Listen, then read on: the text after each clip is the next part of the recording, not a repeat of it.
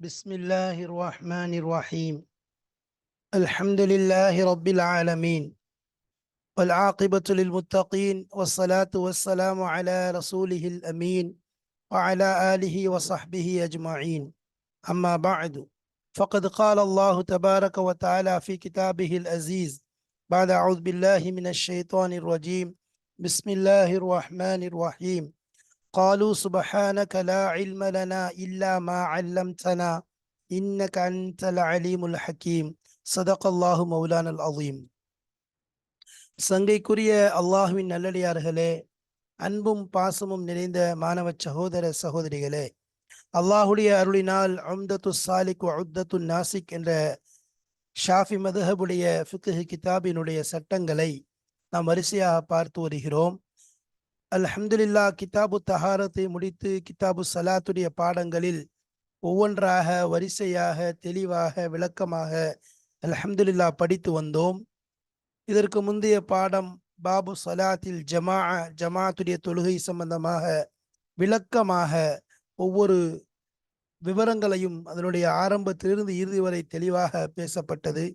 அதற்கு பின்பு பாபுல் அவுகாத்துல்லத்தி, அதாவது சில நேரங்கள், அந்த நேரங்களிலே தொழுவது தடுக்கப்பட்டிருக்கின்றது என்பது சம்பந்தமான பாடத்தினுடைய விவரங்களையும் படித்தோம்.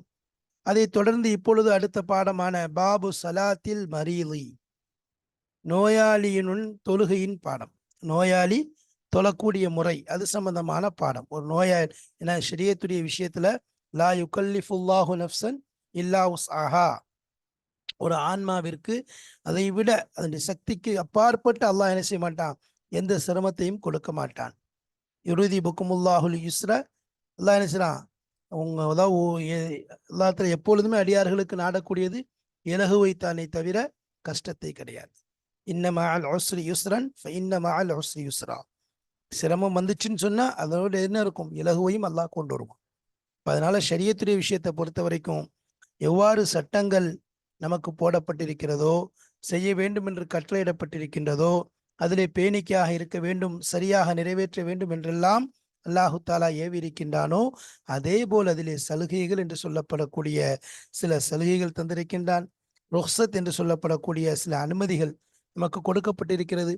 சிரமமான நேரங்களில் நாம் கிதாபு சலாத்தில் ஜமாத்துடைய தொழுகையில் பார்த்தோம். எல்லா விஷயத்திலையும் அப்படித்தான். ஷரியத்துடைய சட்டங்கள் அல்லாஹு தாலா இலகுவாக மனிதர்களுடைய நிலைக்கு ஏற்றாற்போல் வகுத்து தந்திருக்கின்றான். அதனால தான் பார்க்குறோம், நம்ம சலாத்துல் ஜமாஅத்துல நபி ஸல்லல்லாஹு அலைஹி வஸல்லம் அவங்க ஜமாத்துலகி விடுவது விஷயத்துல எவ்வளோ கோபப்பட்டாங்க, அது எவ்வளோ முக்கியமானது என்பதை உணர்த்துவதற்கு சொன்னக்கூடிய எச்சரிக்கை என்ன, எனக்கு என் மனம் நாடுகின்றது வீடுகளை கொளுத்த வேண்டும் என்பதாக. யார் ஜமாத்திற்கு வராம வீட்டில் இருக்காங்களோ, வீட்டிலே தொழுது கொள்கின்றார்களோ வாலிபர்கள், அந்த வீட்டை கொளுத்தணும் என்பதாக சொன்னார்கள். ஆனால் அங்க பெண்களும் சிறுவர்களும் இருக்கின்றார்கள் என்று நம்ம எச்சரிக்கையை பார்க்கிறோம். அதே நேரத்தில் அதே ஜமாத்துலகி விடுவதற்கு தங்கடங்கள் உதிர்கள் என்று எடுத்துக்கொண்டால் அதற்கு ஏற்றாற்போல், ஒருத்தர் எந்த அளவுக்கு பசிக்குது, அவருக்கு என்ன செய்ய முடியல, சாப்பாடுடைய தேவை இருக்குது, சாப்பாடு ரெடியா இருக்குது.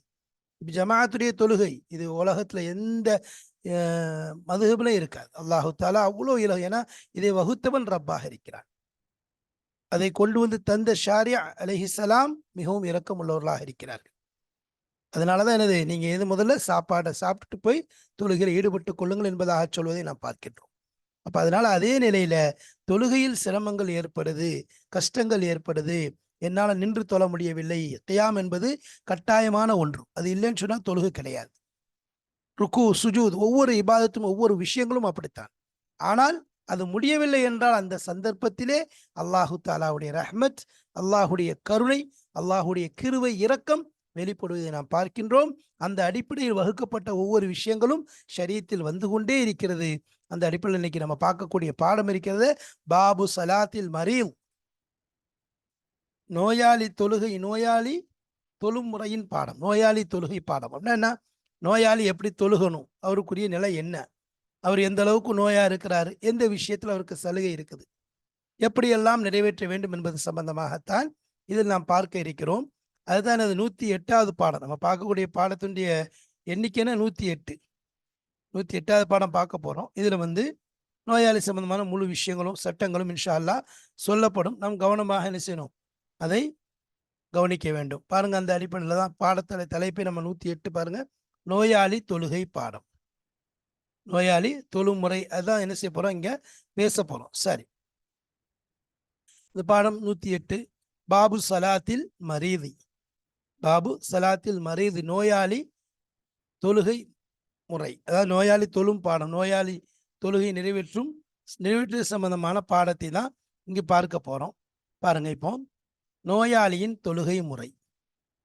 நோயாளியின் தொழுகை முறை, நோயாளி எவ்வாறு தொழுவது என்பதைத்தான் இங்கு காண இருக்கிறோம். பாருங்க, இதுல முதல்ல நம்ம எப்பொழுதுமே கிதாபிற்குள் நுழைவதற்கு முன்பாக சில விஷயங்களை பற்றி விபரமாக சொல்வது வழக்கம். அதனுடைய சுருக்கம், அதாவது கிதாப் உடைய இபாரத்துகளுக்குரிய சுருக்கத்தையும் சொல்வோம். அந்த சுருக்கத்தை நாம் எவ்வாறு தலைப்புகளில் சுருக்கின்றோமோ அதையும் சொல்வோம். அந்த அடிப்படையில் என்ட்ரன்ஸ் ஸ்டோர் என்ற அடிப்படையில் இதுதான் இன்னைக்கு நம்ம பார்க்கக்கூடிய பாடத்தினுடைய சாராம்சம். இதனுடைய சுருக்கம் கொஞ்சம் விரிவாக அடுத்து நம்ம சொல்லுவோம். அப்போ அதற்கும் உரிய ஒரு முன்னால் உள்ள சுருக்கம் தான் தலைப்புகள் தான் இது. இதில் பாருங்க, 4 தலைப்பின் கீழ் இந்த பாடத்தில் சில விஷயங்களை கொண்டு வந்திருக்கோம். முதலாவது, இயலாதவர் அமர்ந்து தொழுதல். இரண்டாவது, அமரும் முறை, அவர் எப்படி அமருவார். மூன்றாவது, ருக்கு சுஜூத் முறை. நான்காவது, அமரவும் முடியவில்லை என்றார். அப்ப இந்த 4 விஷயங்களை தான் இந்த பாடத்துல நம்ம பார்க்க போறோம். முதலாவது விஷயம் என்ன, the disabled person is praying while sitting. Second one, sitting method. Third, ruku and sajda method. Fourth one, if not able to sit. இந்த 4 தலைப்புகளையும் தான் மையமாக கொண்டு இந்த பாடங்களை நாம் படிக்க இருக்கிறோம். பாருங்கள், பாடத்துடைய இபாரத்திற்கு செல்வதற்கு முன்பாக அதனுடைய சுருக்கங்களை பார்த்து விட்டு செல்வோம். பிஸ்மில்லாஹிர் ரஹ்மானிர் ரஹீம். அதாவது பாபு சலாத்தில் மரீதி. மரீத் நோயாளி, நோயாளியின் தொழுகை பாடம். நோயாளியின் தொழுகை பாடம். சரி, இப்போ ஒருவருக்கு பலகீனமா இருக்கார், ஃபரலுடைய தொழுகை என்பது நம்ம சொல்லியிருக்கோம். ஃபரல் தொழுகை நின்றுதான் தொழ வேண்டும். ஃபரல் தொழுகை என்பது நின்றுதான் தொழ வேண்டும். நஃபிலுடைய தொழுகையில அவருக்கு அனுமதி கொடுத்திருக்கோம், அவர் நின்று தொழ முடியும் என்று சக்தி இருந்தாலும் அமர்ந்து தொழலாம் என்பதற்கு உரிய விஷயங்களை நம்ம சலாத்து நஃபில நம்ம பார்த்துட்டோம். அப்ப இங்க ஃபரதான தொழுகையை அமர்ந்து தான் தொழணும்னு சொல்லிட்டோம், உட்கார்ந்து தான் நின்று தான் தொழ வேண்டும் என்று சொல்லியிருக்கிறோம். முடியாதவர், இயலாமையில் இருக்கக்கூடியவர், சிரமங்கள் வெளிப்படுதவருக்கு, கஷ்டமா இருக்கு, இப்ப இவர் உட்கார்ந்து தொழுவதற்கு அனுமதி இருக்கு. இயலாமைனா என்ன, இயலாமைனா அவர் நிற்கிறதுனால அவருக்கு கடுமையான சிரமங்கள் ஏற்படுது ஒண்ணு, அல்லது நோயினுடைய பயம் ஏற்படுது. நோயினுடைய பயம் அவருக்கு ஏற்படுது. நோயினுடைய பயம்னா காலில் நோய் இருக்குது, காலில் வலி இருக்குது, நின்னா இன்னும் கொஞ்சம் கூடிரும் அப்படிங்கிற பயம். மூன்றாவது, அதனுடைய அதிகரிப்பு, அதை பற்றிய பயம், கூடிருமோன்னு பயம் இருக்கு. சரி, நாலாவது, கப்பலில் செல்கின்றார். கப்பலில் ஒரு நோயெல்லாம் கிடையாது, ஆனால் நின்று தொழுதா தலை சுத்தும், கிரவர் கொஞ்சம், அதாவது தலை சுத்த ஆரம்பிச்சிடும் அப்படிங்கிற விஷயங்கள் இருந்துச்சுன்னா அவர் எப்படி வேண்டுமானாலும் உட்கார்ந்துக்கலாம். முதல் அனுமதி என்ன, அவர் எப்படி வேண்டுமானாலும் உட்கார்ந்து கொள்ளலாம். ஆனால் அதுக்கு பிறகு சொல்றாங்க, இஃப்திராஷுடைய முறை சுன்னத்தாகும். இஃப்திராஷுடைய முறைனா என்ன, நம்ம என்னங்கிறது இன்ஷா அல்லாஹ் அந்த கிதாபுடைய இபாரத் வரும்பொழுது நம்ம என்ன சொல்லுவோம். இஃப்திராஷுடைய முறை ஏற்கனவே சொல்லியிருக்கோம். இஃப்திராஷ்னா என்ன, இரு கால்களையும் மடித்து வைத்து அதன் மேல் நாம் உட்கார்ந்து கொண்டு இடது காலின் மீது உட்கார்ந்து கொள்ளணும். இடது காலின் மீது நம்முடைய அதாவது இருக்கையை வச்சுட்டு வலது காலை நட்டி வைத்து கொள்ள வேண்டும். இதுதான் இஃப்திராஷுடைய முறை. இது தொழுகையில பயன்படக்கூடிய முறை, தொழுகையில் பயன்படுத்தக்கூடிய முறை என்பதால் மற்ற முறைகளை விட இந்த முறை சுன்னத்தாக்கப்பட்டிருக்குது. சரி, இக்ஆ அப்படிங்கிற முறை என்னது, மக்ரூஹ் என்பதாக சொல்லப்படுது. இக்ஆவுடைய முறை, இக்காவுடைய முறையை பொறுத்த வரைக்கும் நம்ம மக்ரூஹ் ஏற்கனவே அது முன்னாடி வந்திருக்குது. இன்ஷா அல்லாஹ் அந்த முறைகள் நம்ம பார்ப்போம். அடுத்து இன்னும் காலை நீட்டிட்டு உட்கார்றதும் ஒரு மக்ரூஹ். காலை நீட்டிட்டு உட்கார்றதும் சரி, இக்காவுடைய முறையும் சரி மக்ரூஹ் ஆக்கப்பட்டுள்ளது. சரி, இது என்னங்கிற முறை என பார்ப்போம் இன்ஷா அல்லாஹ். இப்போ ருக்குல சரி முடிஞ்சிச்சு, இப்போ உட்கார்ந்து ருக்குவுடைய ரொம்ப குறைந்த அளவு என்ன அப்படின்னா, அவருடைய 2 முட்டி இருக்குது, உட்கார்ந்து இருக்கும் போது 2 முட்டிக்கால் இருக்கும்ல, அந்த முட்டிக்கு நேராக அவருடைய நெற்றியை முட்டிக்கு நேராக கொண்டு போகிறது. இப்போ நேராக உட்கார்ந்துருக்காரு, குனிய போகிறாரு. குனியும் போது இப்படி என்ன செய்வார், முதுக வளைப்பார். வளைக்கும் போது இந்த நெற்றி பகுதி எதற்கு நேராக இருக்கணும், முட்டுக்காலுக்கு நேராக இருக்கணும் ஃபர்ஸ்ட். இது குறைந்தது. இதில் பரிபூர்ணமானது என்ன அப்படின்னு சொன்னால், பரிபூர்ணமானது என்னன்னு சொன்னால், அதாவது அப்படியே சஜிதாவுடைய இடம் இருக்குல்ல, முட்டியை விட கொஞ்சம் முன்னாடி போயிடும் சஜிதாவுடைய இடம். முட்டிங்க இருக்குன்னா அதுக்கு முந்தி போகும் சஜிதாவுடைய இடம். அப்போ இன்னும் கொஞ்சம் உடம்பை இழுத்து என்ன செய்யணும், அப்படி நெற்றி சஜிதாவுடைய நேரத்துக்கு சஜிதாவுடைய இடத்துக்கு நேராக இருக்கிற மாதிரி செஞ்சார்னா அது பரிபூர்ணமான முறை. சரி, இப்போ அவருக்கு ருக்கும் செய்ய முடியல, சுஜூதும் செய்ய முடியல அப்படின்னு சொன்னால், எவ்வளவு முடியுமோ பூமிக்கு அருகாமையில் அப்படி நெற்றி என்ன செய்வார், கொண்டு போய் சாத்தியக்கூறு அவருடைய சாத்தியத்திற்கேற்ப அதை செஞ்சு கொள்வார். அவரால் எவ்வளோ முடியுமோ, எவ்வளோ அவர் செய்ய முடியுமோ செய்வார். சரி, அதுவும் முடியலை, அதுவும் முடியலை, அவரால் முதுக வளைச்சி என்ன செய்யல, அந்த மாதிரி கொண்டு போக முடியலை அப்படின்னு சொன்னால், தலையால், அதாவது ரெண்டுக்குமே என்ன செய்வார், இப்படி இஷாரா செய்து கொள்வார், சைக்கினை செய்து கொள்வார். அது உட்காரவே அவரால் முடியலை.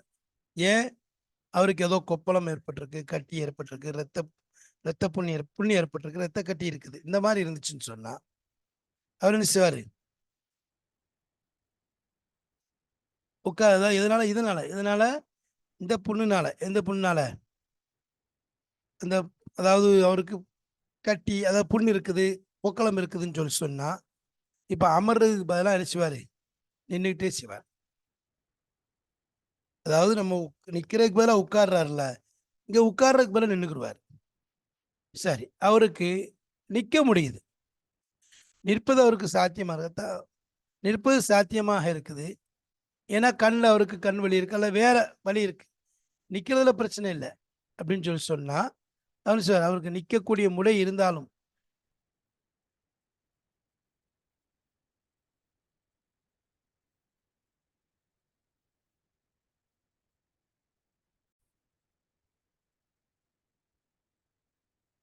அப்போ ஒரு டாக்டர் சொல்றாரு, நம்பிக்கைக்குரிய டாக்டர் சொல்றாரு,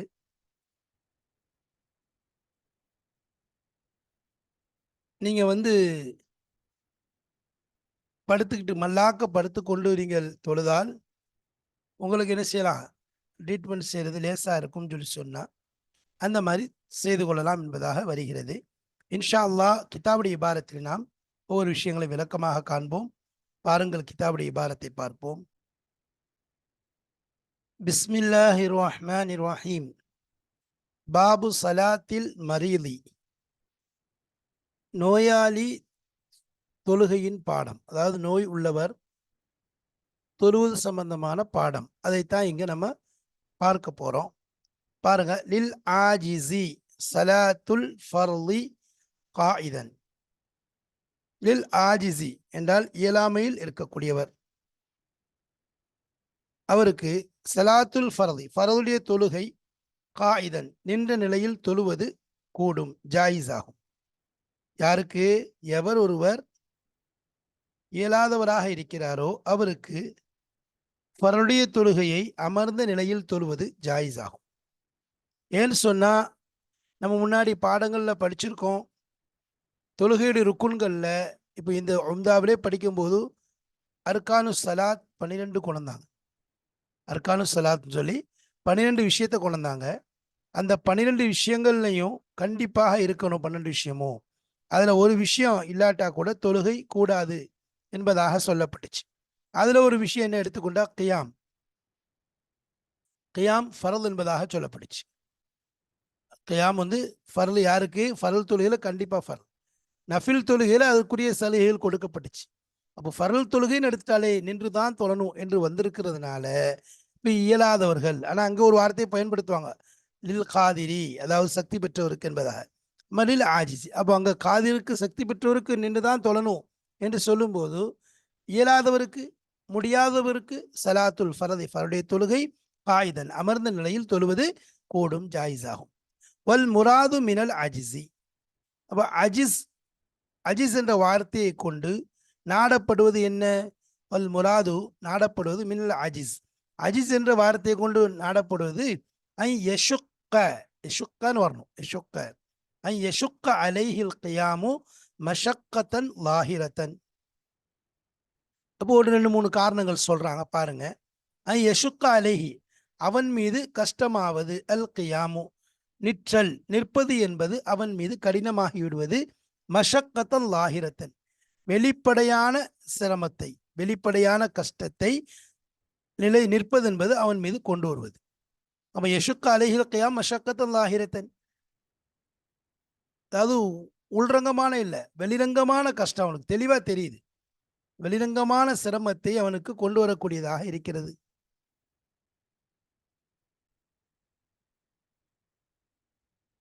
வெளிப்படையான வெளிப்படையான இடையூறுகள், வெளிப்படையான கஷ்டம் இருக்குது அவருக்கு. சரி, இது ஒண்ணு. அவ் யஹாஃபு மின்ஹு மரலன், அல்லது நோயை பயப்படுகின்றார், அவருக்கு நிற்கிறதுனால எதுவும் நோய் ஏற்பட்டு விடும் என்ற பயம் இருக்குது. அவ் ஜியாதத்தஹு, அல்லது நோயினுடைய அதிகரிப்பை பயப்படுகிறார். அவ் தௌரான ரஸி ஃபி சஃபீனத்தின், அல்லது கப்பலிலே பயணம் செய்து கொண்டிருக்கக்கூடிய நிலையில் தொழுகை நேரம் வருகிறது, தொழப்போகிறார், ஃபரலான தொழுகை. இப்பொழுது நின்று கொண்டு தொழுதால் தலை சுற்ற ஆரம்பித்து விடும் என்று அச்சம் ஏற்படுகிறது.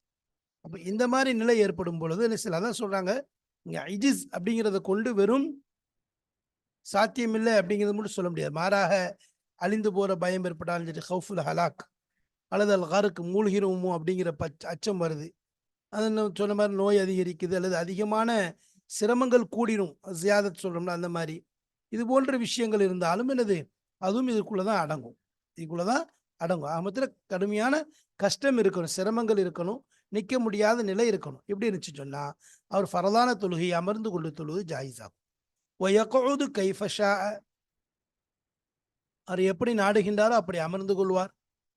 அப்படின்னா ஹதீஸ்ல பொதுவாக வந்திருக்கல, யக்கூத், அவர் அமர்வார், கைஃபஷா, எப்படி நாடுறாரோ அவர் உட்கார்ந்துக்கிடுவாரு.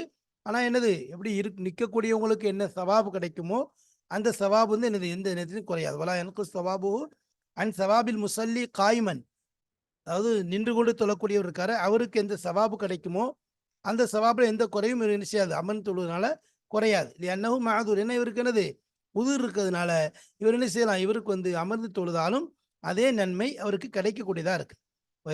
கைஃபஷா, எப்படி நாடினாலோ அவர் அமர்ந்து கொள்வார், எப்படி வேண்டுமானோ அமர்ந்து கொள்வார். வலாக்கின் ஓ யுந்தபுல் இஃப்திராஷ், அதாவது ஆனால் என்னது இஃப்திராஷாக அமர்வது சுன்னத்தாக்கப்படும். இஃப்திராஷ் என்பது நமக்கு தெரிஞ்சதுதான், ஏற்கனவே சொல்றேன். இஃப்திராஷ் என்றால் முதல்ல அந்த இருப்பு தெரிஞ்சு கொள்ளணும். அதாவது இடது காலை இப்படி போட்டுட்டு இடது கால் மேல உட்காந்துக்குருவார், வலது காலை நெட்டி கொள்வார், வலது காலை நெட்டிடுவாங்க. வலது காலை நெட்டி வைத்து இடது காலை படுக்க வைத்து கொண்டு அதன் மீது என்ன செய்வது, அமர்வது, அமர்ந்து கொள்வது இஃப்திராஷ் என்பதாக சொல்லப்படும். அந்த இஃப்திராஷுடைய முறை சுன்னத்தாக்கப்படும். ஏன்னா இஃப்திராஷுடைய முறை இருக்க, இது மற்ற உதாரணமாக அமர்ற முறையில் ஒன்று இருக்குது, தவறுக்கு ஒரு முறை இருக்குது. தவறுக்கு என்ன சொன்ன, தவறுக்குன்னா என்னது, அதாவது ஒரு இருக்கையை கீழே வச்சுட்டு வலது காலை நட்டி வைப்பார், இடது காலை என்னது வலது காலை கீழே கொண்டு போயிடுவார். இது தவறுக்குடைய முறை. பொதுவாக ஷாஃபி இதனுடைய அடிப்படையில் நம்ம வந்து கடைசி முறை வந்து இது சுன்னத்துன்னு சொன்னோம். அதே மாதிரி இஃப்திராஷுடைய முறையை நம்ம சொன்னோம். அதே மாதிரி தரப்போ அப்படிங்கிற ஒரு முறை இருக்குது. தரப்போனா என்ன, சம்மணம் போட்டு உட்கார்றது. அப்போ இந்த 3 முறைகளில் தரப்போ முறை வந்து பொதுவாக பெண்களுக்கு நல்லதுங்கிறாங்க, பெண்களுக்கு அப்படி உட்கார்ந்து கொள்ளலாம் அப்படிங்கிறாங்க. இருந்தாலும் எனது ஆண்களை பொறுத்த வரைக்கும் சிறந்தது இஃப்திராஷ் முறை தான் சுன்னத்து. அது முடியலை அப்படின்னு சொன்னால் என்னது தவறுக்கு, அது முடியலைன்னா என்ன செஞ்சு கொள்ளலாம், தரப்புவா, அதாவது சமணம் போட்டு உட்கார்றது. எது அவருக்கு சரிப்படுது அப்படி உட்கார்ந்து கொள்ளலாம். இருந்தாலும் எனது சுன்னத்தான முறைகள் இஃப்திராஷ் அவருக்கு முடிஞ்சுன்னா அது தொழுகையுடைய நிலையா இருக்கும். தஷஹூத் நிலையில அமரக்கூடிய ஒரு இருப்பு தான் இஃப்திராஷுடைய இருப்பு. அதனால அந்த இருப்புல அமரும் போது அது ஒரு தொழுகைக்கு ஒரு உதவியாக இருக்கும், தொழுகைக்கு ஒரு நிலையாக பார்க்கிறதுக்கு ஒரு தொழுகை போல தெரியும். சரி, அதே நேரத்தில் அவருக்கு வந்து அவர் வேற முறையில் இருக்கனால செய்து கொள்ளலாம், இருந்து கொள்ளலாம், எந்த விதமும் கிடையாது. சரி, யுக்ரஹுல் இகா, இகாவுடைய முறை என்பது மக்ரூ ஆகும். இகாவுடைய முறை பொதுவா, அதாவது தொழுகையில பொதுவாக இக்காவுடைய முறைங்கிறது, இக்காவுடைய எல்லா முறையுமே மக்ரூ என்பதாக சொல்றாங்க. இக்காவுடைய முறை என்பது மக்ரூ. அது இக்கால வந்து பல விஷயங்கள் நம்ம ஏற்கனவே சொல்லியிருக்கோம். இக்காவுடைய முறையில பல முறைகள் சொல்லியிருக்கோம். ஒன்று வந்து என்ன சொன்னோம், ஒரு முறை என்ன செய்யறது, அதாவது கால் ரெண்டையும் நட்டி வச்சுக்கொள்றது, பின்னாடி கால், அதாவது விரல்களில் இருந்துட்டு, விரல்களில் நின்றுட்டு தன்னுடைய இருக்கையை என்ன செய்யறது, அந்த அக்கிப், அந்த பின்னங்காலில் என்ன செய்ய உட்கார வச்சுட்டு இருக்கிறது. இது ஒரு முறை, இது ஒரு இக்காவுடைய முறை. இது வந்து ஏற்கனவே முஸ்தஹப் என்பதாக சொல்லப்படும் சுன்னத்தான முறைகள் கட்டுப்பட்டு, அதாவது 2 சஜிதாவிற்கு மத்தியில் அமரக்கூடிய ஒரு முறையில வந்து இது வந்துச்சு. அப்ப இந்த முறையில அமர்வது வந்து என்னது, இது சுன்ன முஸ்தஹப்பான முறை என்பதாக சொல்லப்பட்டுச்சு. சரி, இன்னொரு முறை இருக்கு இக்காவுடைய முறையில இருப்பார் எப்படி, அதாவது இருக்கை வந்து தரையில இருக்கும். அவருடைய அந்த கெண்டைக்கால் என்ன செய்வார், நட்டி வச்சிருப்பாரு. கெண்டைக்கால் நட்டி வச்சிருப்பாரு. இதுல வந்து தன்னுடைய 2 கையையும் தரையில வச்சிருப்பார். இது வந்து இந்த முறை, இது வந்து மக்ரூஹான முறை. ஏன்னு சொன்னா இதுல சொல்லும்போது ஏன் தடையினுடைய ஒரு விஷயம் சொன்னா, இது நாய் மற்றும் குரங்கு இருக்கக்கூடிய முறையாக இருக்குது. நாய் மற்றும் குரங்கு இருக்கக்கூடிய முறையாக இருக்கிறதுனால இந்த முறை மக்ரூஹாகும். இந்த முறையில் என்ன செய்யக்கூடாது, இருக்கக்கூடாது. இந்த முறையில் என்ன செய்யக்கூடாது, இருப்பது கூடாது. அதனால இதுல வந்து இந்த தொழுகையில இந்த நிலையில் இருப்பதை தவிர்த்து கொள்ள வேண்டும் என்பது சொல்லப்படுது. அதே மாதிரி கால்களை நீட்டி உட்கார்றது, இக்ரஹுல் இக்கா, இக்காவாக உட்கார்றது எப்படி மக்ரூஹாக்கப்படுமோ இக்காவுடைய முறை ஃபுல்லாக மக்ரூஹ் தான். மத்து ரிஜிலிஹி, அதே மாதிரி அவருடைய 2 கால்களையும் நீட்டி கொள்வது, காலை நீட்டி உட்கார்றதும் மக்ரூஹ். முடியல, அவருக்கு சிரமம், அப்படித்தான் இருக்க முடியும்னா வேற விஷயம். சிலருக்கு காலிலே என்ன செஞ்சிருக்கும், கெட்டு போட்ட மாதிரி இருக்கும், காலை நீட்டி தான் வைக்க முடியும். அந்த மாதிரி நேரங்கள் வேற. பொதுவாக அவருக்கு வந்து, அதாவது நிற்கக்கூடியவருக்கு கண்டிப்பாக நின்று தான் தொழணும்னு சொல்லியிருக்கோம். அப்போ அந்த நிற்பதில் இருந்து அவருக்கு சலுகையை கொடுத்து உட்கார சொல்லணும். உட்காரக்கூடிய முறையில் எப்படி வேண்டுமானாலும் ஒரு உட்கார்ந்து கொள்ளலாம் என்று சொல்லிட்டோம். இருந்தாலும் உட்காரக்கூடிய முறையிலேயும் அவர் தொழுகை அடிப்படையை அனுசரித்து அவரால் எந்த முறை தோதுப்படும் என்றால் அந்த முறையில் சிறந்த முறையை தேர்ந்தெடுப்பது மிகச் சிறந்தது. இப்படி உதாரணமா இஃப்திராஷுடைய முறையில் முடிந்தால் இஃப்திராஷுடைய முறையை தேர்ந்தெடுப்பார். அல்லது அடுத்து அது முடியலை, தவறுக்கூடிய முறை அவருக்கு முடிந்தால் தவறுக்கூடிய முறையை தேர்ந்தெடுப்பார். அது முடியலைன்னு சொன்னால் தரப்போடைய முறை. இப்படி எந்த முறை அவருக்கு தோதுபடுமோ அந்த முறையை எடுத்துக்கொள்வார். சிறந்த முறை அவருக்கு முடியும் சொன்னால் அதை செய்து கொள்வது. அது இல்லாமல் எனது காவுடைய முறை என்பது மக்ரூஹு. காலை நீட்டிக் கொள்வது பொதுவாக மக்ரூஹு. அவருக்கு முடிஞ்சால் என்ன செஞ்சு கொள்ளலாம், நீட்டிக் கொள்ளலாம். அவர் முடியலை அப்படின்னு சொல்லி சொன்னால் தாராளமாக என்ன செய்யலாம், நீட்டிக் கொள்ளலாம், பிரச்சனை இல்லை. சரி, அடுத்து அகல்லு ருக்கூஇஹி, அவருடைய ருக்கூவில் மிக குறைந்த அளவு, தொழுகையில உட்கார்ந்து தொழுகிறாரு. இப்போ அவருடைய ருக்கூடைய குறைந்த அளவு மொஹாதாத்து ஜபஹதிஹி குத்தாம ருக்குபத்தேஹி. மொஹாதாத்து அப்படின்னா நேராக இருத்தல், ஜபஹதிஹி அவருடைய நெற்றியை நேராக ஆக்குதல், குத்தாம ருக்குபத்தேஹி அவருடைய 2 முட்டிக்கால்களுக்கு முன்னால், 2 முட்டிக்கால்களுக்கு முன்னால் அவருடைய அவருடைய நெற்றியை, 2 முட்டிய கால்களுக்கு முன்னால் அவருடைய நெற்றியை நேராக வைப்பது. அப்படின்னா என்ன, 2 முட்டி இருக்குன்னு சொன்னா, 2 முட்டி இருக்குன்னு சொன்னா நெற்றியை நேராக இப்படி கொண்டு சேர்க்குது. நெற்றியை நேராக கொண்டு நான் குழி முதுக வளைச்சிட்டு நெற்றியை நேராக வைப்பதன் மூலம் ருக்கு செய்வது. சரி, அக்மலுஹு முஹாதாத்துஹா மௌதிஅ சுஜூதிஹி. அக்மலுஹு அந்த ருக்கு செய்வதில் பரிபூர்ணமானது, பூர்த்தியானது என்னன்னு சொன்னா மொஹாதாத்துஹா அந்த நெற்றியை நேராக ஆக்குதல், மௌதிஅ சுஜூதிஹி அவருடைய சஜிதா செய்யக்கூடிய இடத்திற்கு நேராக, அவருடைய சஜிதா செய்யக்கூடிய இடத்துக்கு நேராக ஆக்கி கொள்ளுதல் அமர்வதில் என்னது, சுஜூதில் பரிபூர்ணமானதாக இருக்கு. ஏன்னு சொன்னா என்ன சொல்லுவாங்க, இது வந்து ஒரு நின்றுட்டு இருக்கக்கூடிய ஒரு சுஜூ செய்யறதுக்கு ஓரளவு நின்றுட்டு இருக்கக்கூடிய ருக்கூக்கு ஒப்பாக இருக்கு. நின்று கொண்டு தொழக்கூடியவுடைய ருக்கூக்கு குறைவு அது முழுமை ரெண்டுலையுமே இது ஒப்பாக இருக்கிறதுனால இந்த மாதிரி செய்து கொள்வது மிக சிறந்ததாக ஏற்றமானதாக இருக்கிறது. ஃபைன் அஜஸ அன் ருக்கூஇன் வ சுஜூதின், ருக்கு சுஜூத் செய்வதை விட்டும் இயலாமல் ஆகிவிட்டால், ஃபைன் அஜஸ அவர் இயலாமல் ஆகிவிட்டால், அன் ருக்கூஇன் ருக்கு செய்ய முடியல, நம்ம சுஜூதின் சுஜூத் செய்வதை விட்டும் ருக்கு செய்வதை விட்டும் இயலாமல் ஆகிவிட்டால், ஃபஅல நிஹாயத்தல் மும்கினி மின் தக்ரீபில் ஜபஹதி மினல் அர்லி. ஃபஅல அவர் செய்வார், நிஹாயத்தை அதாவது முடிந்த அளவு, நிஹாயத்தல் மும்கின்னா முடிந்த எல்லையை, அதாவது முடிந்த அளவு செய்வார், மின் தக்ரீபில் ஜபஹதி மினல் அர்லி பூமியிலிருந்து அருகாமையிலே நெற்றியை, அதாவது மின் தக்ரீபில் ஜபஹத்தினா நெற்றியை அருகாமையில் ஆக்குவதன் மூலமாக, மினல் அர்லி பூமியின் பக்கம், பூமிக்கு அருகாமையில் நெற்றியை எவ்வளவு முடியுமோ அவ்வளோ அருகாமையில் ஆக்குவதற்கு, நெருக்கமாக வைப்பதற்கு முடிந்த அளவு என்ன செய்வார், சாத்தியக்கூறுகளை செய்வார். ஃபஅல நிஹாயத்துல் மும்கின்னா முடிந்த அளவு செய்வார், அதாவது முடிந்த எல்லையை செய்வார். என்ன செய்வார், பூமியின் அருகாமையில் நெற்றியை கொண்டு செல்வதற்கு முயற்சி செய்வார். எவ்வளவு முடியுமோ அவ்வளவு நெருக்கமாக கொண்டு போவார். சரி, ஃபஅல நிஹாயத்துல் மும்கினி, அதாவது முடிந்ததில் சாத்தியத்தில் முடிந்த அளவு செய்வார். மின் தக்ரீபில் ஜபஹத்தி மிலர்து, பூமியிலிருந்து நெற்றியை நெருக்குவதற்காக வேண்டி, நெருக்கும் வண்ணமாக எவ்வளவு முடியுமோ அவ்வளவு நெருக்கிக் கொள்வார். ஃபயின் அஜஸ அவு மஅபிஹிமா, ஃபயின் அஜஸ இயலாமல் ஆகிவிட்டால் அவு மஅபிஹிமா, அப்போ அதுவும் செய்ய முடியல, அவரால் என்ன செய்ய முடியல, குனிய முடியல, இன்னும் எனக்கு நெருக்க முடியல என்று இரு நிலையிலும் அவர் என்ன செஞ்சிட்டாரு, ஃபைன் அஜஸ அவும ரெண்டையுமே என்னது, அவர் இயலாமல் ஆகிவிட்டால் அவும அஷார இஷாரா செய்வார் பிஹிமா, அந்த ரெண்டையும் கொண்டு, அதாவது சஜிதாவுக்கும் சரி ருக்குவுக்கும் சரி, இப்படி சஜிதா செய், அதாவது இஷாரா செய்வதன் மூலம் தலையை வைத்தோ அல்லது என்னது தலையின் மூலம் இஷாரா செய்வதன் மூலம் நினைச்சுவாரு அவர் அதை செய்து கொள்வார்.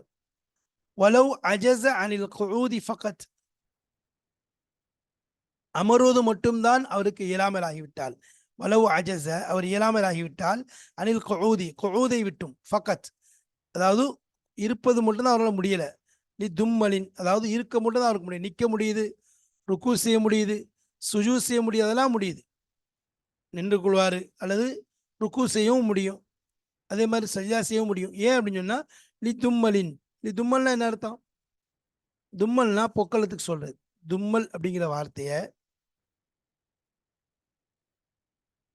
எது எதுக்கு புழங்குறாங்கன்னு சொன்னா, அதாவது பொக்களம் இருந்துச்சுன்னா அதுக்கு தும்மல் என்பதாக சொல்லுவாங்க, அது மாதிரி கட்டி இருந்துச்சுன்னா சொல்லுவாங்க, அதே மாதிரி குருதி கட்டி புண் இது போன்ற விஷயத்துக்கு தும்மல் என்பதாக சொல்லுவாங்க. அப்போ தும்மலின் காரணமாக, தும்மல் வனஹ்விஹி அது போன்ற ஏற்பட்ட அந்த புண்ணின் காரணமாக அவர் அமர்வது மட்டும்தான் அவர் இயலாமல் ஆகிவிட்டார், உட்கார்ந்து தொலை மட்டும் அவருக்கு முடியலைன்னு சொல்லி சொன்னா அத்தாபில் குஊதி காயிமன், அதாவது நின்ற நிலையிலே அமருவதை கொண்டு வருவார். அப்படின்னா என்னது, அத்தாபில் குஊதி அமர்தலை கொண்டு வருவார், காயிமன் நின்ற நிலையிலேயே கொண்டு வருவார்.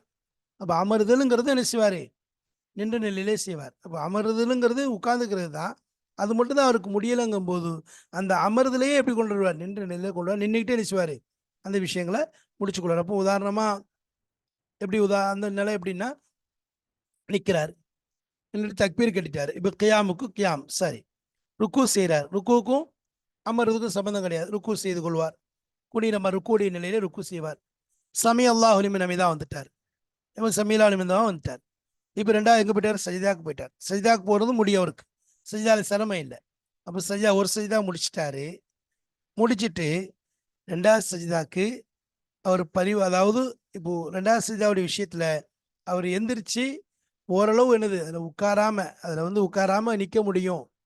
நம்ம ஏற்கனவே அதில் ஒரு முறை சொல்லியிருக்கோம், அதாவது ரெண்டு விரல்களை நட்டி வச்சுட்டு நடுவில் என்ன செய்யுது இருக்கை வைக்கிறது, அப்படி இருக்க முடிஞ்சாலும் சரி, அல்லது அவர் அந்த எஞ்சே இருக்க முடியலன்னு சொன்னா என்ன செய்வார், உட்கார்றதுக்கு பதிலாக நின்றுவார், ருக்கு சஜா செஞ்சுட்டு எந்திரிச்சு நிற்பார். நிற்கிறது எங்க, அது கியாம் கிடையாது, மாறாக அது இரண்டு சஜிதா பைன சஜிதேன், ரெண்டு சஜிதாக்கு மத்தியில் இருக்கக்கூடிய அந்த ஜில்சத்தை இஸ்திராஹ சிறு இருப்பு, ஜில்சத் பைன சஜிதேன், அப்போ ரெண்டு சஜிதாக்கு மத்தியில் அமரக்கூடிய முறை. அப்போ நின்றுவார், நின்ட்டாரா, இப்போ அதாவது அல்லாஹு அக்பர் சஜிதாக்கு போயிட்டார், முதல் சஜிதா முடிச்சுட்டு இப்போ அவரால் எந்திரிச்சு உட்காரவே முடியாது, அப்படியே எழுந்துச்சு நின்றுவார், அல்லாஹு அக்பர்னு சொல்லி அல்லாஹு அக்பர் என்று நின்றுவார்.